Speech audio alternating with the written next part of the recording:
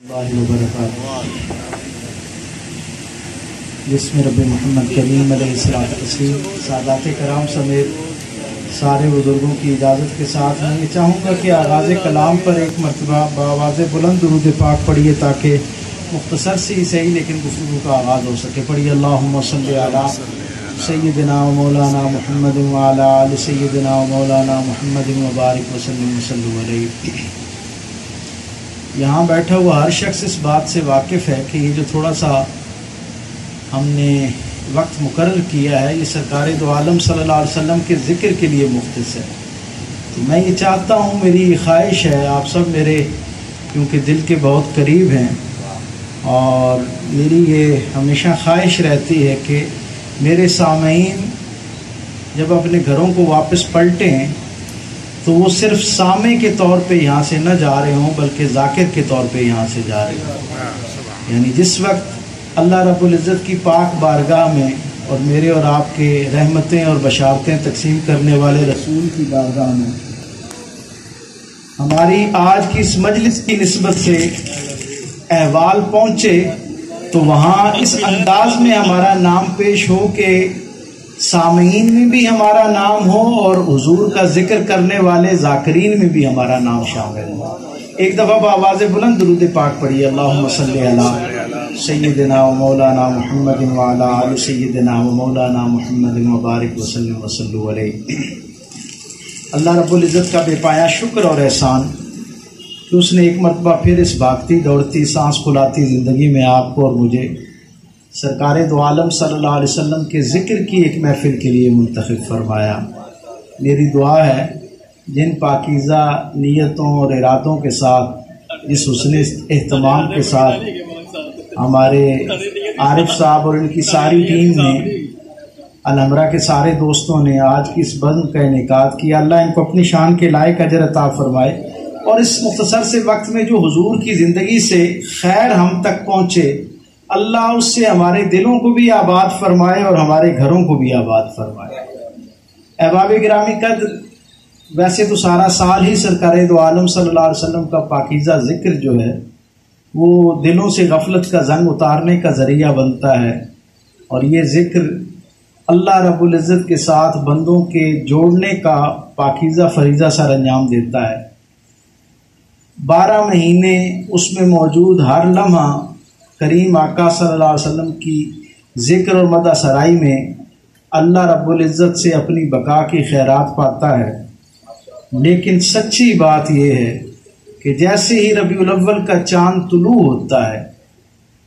شرق تا غرب شمال تا جنوب رسول رحمت صلی اللہ علیہ وسلم کے تذکروں سے محافل اس طرح آباد ہونا شروع ہو جاتی ہیں گویا یہ ذکر اپنے بام عروج پر آ جاتا ہے۔ اس لیے میں ہمیشہ کہا کرتا ہوں کہ اگر اس مہینے کو رسول رحمت صلی اللہ علیہ وسلم کے ذکر کا موسم بہار کہا جائے تو غلط نہ ہوگا۔ جتنا ذکر اس ایک مہینے میں رسول اللہ صلی اللہ علیہ وسلم کی نسبت سے سننے کو ملتا ہے شاید پورے سال میں اتنا اہتمام نہیں ہو پاتا جو ان 29 یا 30 دنوں کے اندر کیا جاتا ہے۔ اور میں یہ سمجھتا ہوں کہ جتنی حضور کی زندگی سے آگاہی ان 30 دنوں میں میسر آتی ہے شاید باقی 11 مہینے اس انداز سے اہتمام نہیں ہو پاتا۔ تو میرا دل یہ کرتا ہے کیونکہ میں از اول تا آخر حضور کی سیرت کا طالب علم ہوں اور دنیا بھر میں اسی نسبت اور تعلق سے مجھے لوگ محبت دیتے ہیں،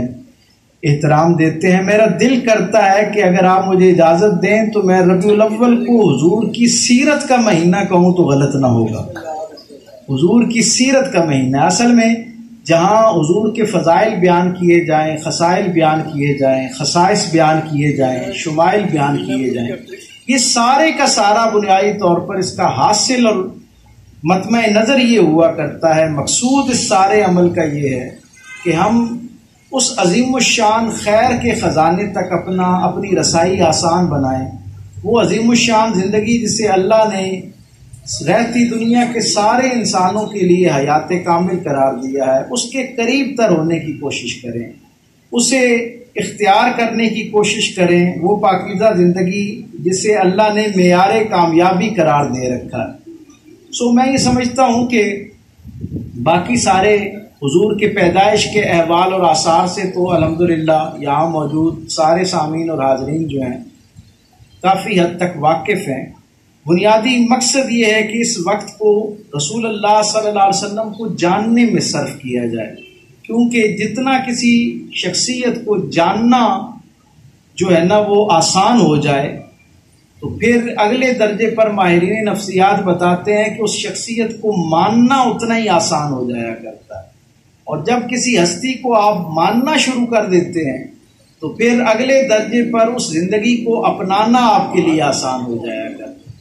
یہ سارا سفر اسی لیے ہوتا ہے، اور خاص طور پر ماہ میلاد میں یہ جتنی رونق ہمیں نظر آتی ہے، گہما گہمی نظر آتی ہے، اس کے دو ہی بنیادی مقاصد ہوا کرتے ہیں۔ ایک یہ کہ ہماری وہ نوجوان نسل جو نسبتاً پچھلے برس کے اس برس زیادہ بالغ الذہن ہے، بالغ الفکر ہے، پہلے سے زیادہ بہتر چیزوں کو سمجھنے کی پوزیشن میں ہے،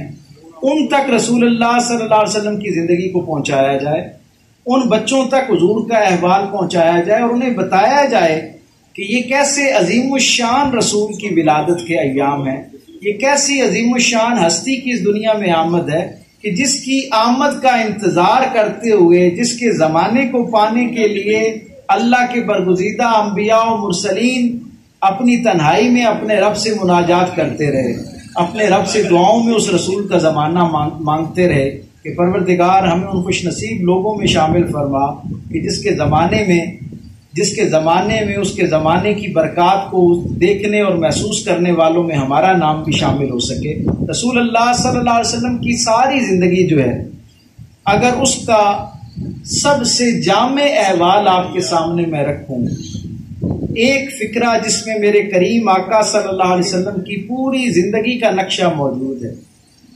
تو وہ ایک لفظ میرے کریم آقا کی پوری زندگی کا احاطہ کرتا ہوا، اس لفظ کا نام ہے رحمت۔ اس لفظ کا کیا نام ہے؟ رحمت۔ تھوڑی سی زحمت کریں گے تاکہ مجھے اندازہ ہو میں نے آپ سے کتنی دیر گفتگو کرنی ہے۔ وہ جو ایک لفظ میرے کریم آقا کی پوری زندگی کا احاطہ کرتا ہوا نظر آتا ہے نا، اس لفظ کا نام ہے رحمت۔ اور یہ بات سیرت کے ایک طالب علم کے طور پہ یعنی مجتکس انداز میں پہنچی کہ جس وقت حبشہ کے دربار میں حضرت جعفر طیار رضی اللہ تعالیٰ عنہ ان کے سامنے نجاشی کے پاس موجود علماء میں سے ایک نے سوال کیا نا کہ دنیا میں جتنے نبی اللہ نے بھیجے ان سب کے ساتھ اللہ کا جو کلام تھا، گفتگو تھی، جو ان کے لیے اللہ نے کتاب یا صحیفہ اتارا، اس میں اللہ اپنے نبی کو کچھ محبت برے ناموں سے پکارا کرتا ہے، اور وہ نام، وہ کلمات، وہ کلمہ یا وہ آیت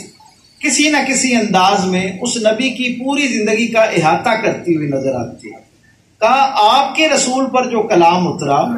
کیا اس کے اندر کوئی ایسی آیت، کوئی ایسا کلمہ، کوئی ایسا لقب، کوئی ایسا نام موجود ہے کہ جسے جانتے ہی پھر آپ کے رسول کی باقی شخصیت کو جاننے کی ضرورت نہ رہے، گویا وہ ایک آیت، وہ ایک کلمہ، ایک نام ہی اس شخصیت کا پورا تعارف ہو؟ تو حضرت جعفر طیار علیہ السلام نے فرمایا کہ اے صاحبان علم، ویسے تو قرآن از اول تا آخر سرکار ختم مرتبت صلی اللہ علیہ وسلم کی ثنا اور توصیف کرتا ہوا نظر آتا ہے، آپ کے پاکیزہ ناموں سے، محبت برے عزت والے ناموں سے اللہ اپنے محبوب کو پکارتا ہوا نظر آتا ہے، لیکن سچی بات یہ ہے، آپ نے فرمایا کہ قرآن کی ایک آیت ایسی عظیم الشان ہے کہ اگر اسے میں رسول اللہ صلی اللہ علیہ وسلم کا کامل تعارف کہوں تو غلط نہ ہوگا۔ اور پھر آپ نے اس کے بعد مثال کے طور پر جو آیت پڑھی، وہ آیت تھی وَمَا أَرْسَلْنَاكَ إِلَّا رَحْمَةً لِّلْعَالَمِينَ، کہ ہم نے آپ کو سارے عالمین کے لیے رحمت بنا کر بھیجا۔ میرے کریم آقا صلی اللہ علیہ وسلم کی پیدائش کے زمانے سے لے کر لمحے موجود تک ہر آن میرا کریم رسول اللہ کی مخلوق کے لیے رحمت کا ذریعہ اور وسیلہ ہے۔ ایسی غم گساری اور ایسی حقیقی محبت کا پیکر ہے یہ میرا اور آپ کا کریم رسول کہ اللہ کی ساری مخلوق میں آپ کی عزتوں کے دیگر حوالوں کے ساتھ ساتھ یہ منفرد پہلو بھی صرف آپ کا خاصہ ہے کہ جتنی اللہ کی مخلوق کے ساتھ ہمدردی، خیر خواہی، رحمت اور محبت والا رویہ آپ نے رکھا، نہ اس سے آپ سے پہلے کسی کے ہاں وہ مثال ملتی ہے، نہ آپ کے بعد وہ کوئی مثال پیش کرنے کے لیے تاریخ کے پاس موجود ہے۔ آپ حیران ہوں گے، صرف ایک دو منظر نامے آپ کے سپرد کرنے اور پھر دعا کی درخواست کرنی ہے۔ ذرا تصور کیجئے، میرا اور آپ کا رسول جو ہے وہ اللہ کی مخلوق کے لیے کس درجے پر غم گساری کا جذبہ رکھنے والا، اور کس اعلیٰ عرفہ درجے پر میرا اور آپ کا کریم رسول لوگوں کے ساتھ لجپالی کرتا ہوا نظر آتا ہے۔ میرا دل کرتا ہے میں یہ لفظ لجپالی اس لیے استعمال کروں کہ شاید مجھے پوری لغت کے اندر کوئی اور لفظ حضور کے اس رویے کی عکاسی کرتا ہوا نظر نہیں آتا جتنا یہ ایک لفظ جو ہے نا، اس میں مجھے وہ ذوق اور وہ محبت، وہ انسیت نظر آتی ہے۔ تصور کیجئے میرے کریم آقا خطبہ حجت الوداع دے رہے ہیں، آخری زمانہ ہے حضور کا دنیا کے اندر، ظاہری طور پر ہجرت کا 11واں سال ہے، مدینہ آئے ہوئے حضور کو 11 برس ہو گئے۔ خطبہ حجت الوداع کے لیے اس تاریخ ساز لمحے میں حضور کے سامنے سامعین کے طور پر 1.25 لاکھ کے قریب لوگ موجود ہیں۔ بھائی سارے سیرت نگاروں نے کوئی 1,24,000 کے قریب لگ بھگ اصحاب کا جو مجمع تھا نا، اس کا تعین کیا ہے، عدد بتایا ہے۔ اس عظیم الشان مجمع میں آپ تصور کریں، آخری خطبہ باضابطہ جو حضور عطا فرمانا چاہ رہے ہیں، ارشاد کرنا چاہ رہے ہیں، اس خطبے کے دوران یا اس کے اہتمام میں حضور کی توجہ کتنی زیادہ اپنے ان کلمات کی طرف ہوگی، اپنے اس بیان کی طرف، اس نصیحت کی طرف ہوگی جس نے رہتی دنیا کے سارے انسانوں کے لیے مینارہ نور بن کے رہنا ہے۔ کتنی اہم معاملہ ہوگا نا حضور کے لیے۔ اب تصور کریں 1.25 لاکھ کا مجمع سامنے موجود ہے، میرے کریم آقا کے لیے سواری لائی جاتی ہے، حضور اپنے ناکا مبارک کے اوپر اس کے ایک احاطے میں اپنا قدم مبارک رکھتے ہیں، دوسرا قدم جو ہے وہ فضا میں ہے، اور اس دوران اس 1.25 لاکھ کے مجمع میں حضور کے قریب ایک شخص ہے، اس کی طرف حضور کی آنکھیں 4 ہوتی ہیں، اس کے نصیب جاگتے ہیں، اور میرے اور آپ کے کریم رسول اسے کہہ کر پکارتے ہیں سواری پہ سوار ہوتے ہوئے کہ اے ابو طلحہ، اب تمہارے پاؤں کی تکلیف کیسی ہے؟ اے ابو طلحہ، اب تمہارے پاؤں کی تکلیف کیسی ہے؟ سوال کرنے کے دوران حضور سواری پر تشریف فرما ہو جاتے ہیں، اور وہ شخص سوچنا شروع کر دیتا ہے کہ 1.25 لاکھ کا مجمع ہے، اور میں کیسا شخص ہوں کہ اپنی پورے حافظے پر زور دینے کے باوجود یاد نہیں کر پا رہا۔ پوری صحت اور یقین کے ساتھ میں یہ سمجھتا ہوں کہ میری حضور سے اس سے پہلے کبھی ملاقات نہیں ہوئی،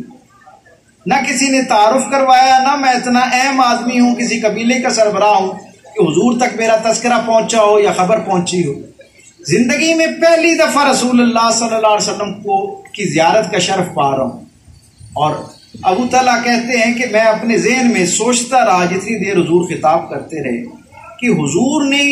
کس شفقت اور محبت اپنائیت کے ساتھ مجھے مخاطب کیا، مجھے دیکھا، اور ایک کان میں شناخت کرتے ہوئے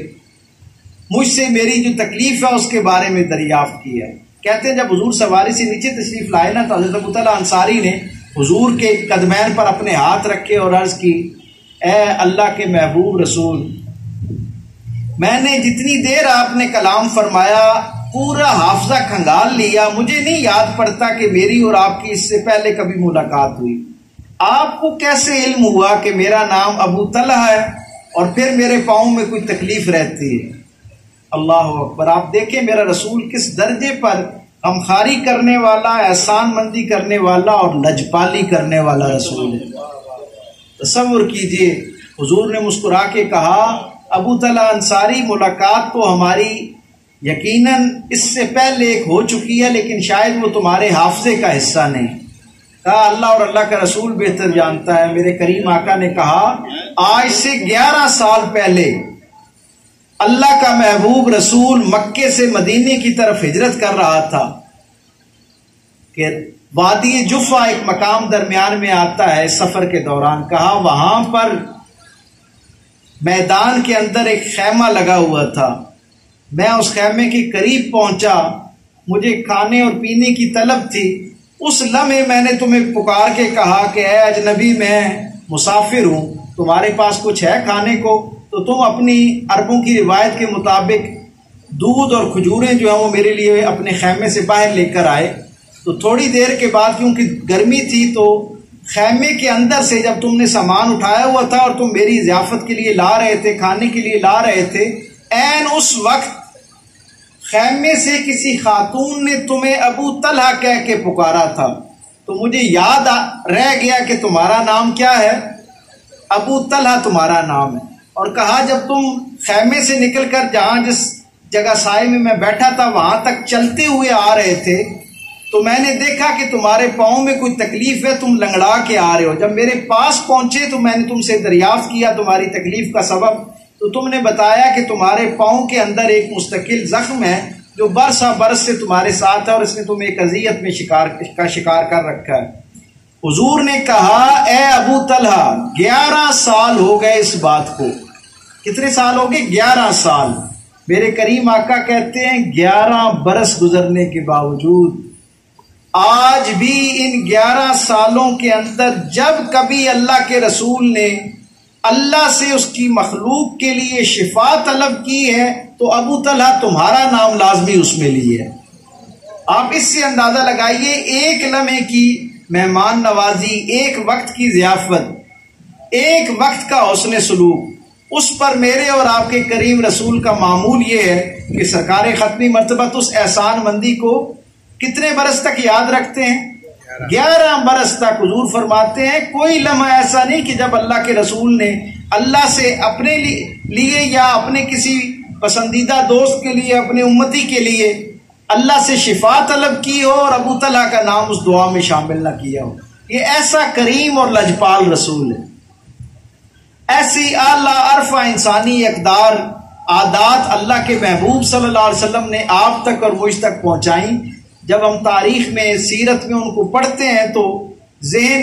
سرکار ختمی مرتبت کے مقام اور جو منصب ہے اس کے سامنے احتراماً جھکتا ہوا نظر آتا ہے، اور دل کرتا ہے کہ باقی ساری زندگی جو ہے وہ سرکار ختمی مرتبت صلی اللہ علیہ وسلم جو ہیں ان کے نام نامی، اس میں گرامی آپ کی ذات، آپ کی شخصیت، آپ کے کردار کو بیان کرتے ہوئے اور اسے سوچتے ہوئے گزار دی جائے۔ ایسا کریم رسول جس کا ہر حوالہ جو ہے وہ محبت پر مبنی ہے، شفقت پر مبنی ہے، لوگوں کے ساتھ حسن سلوک پر مبنی ہے۔ تصور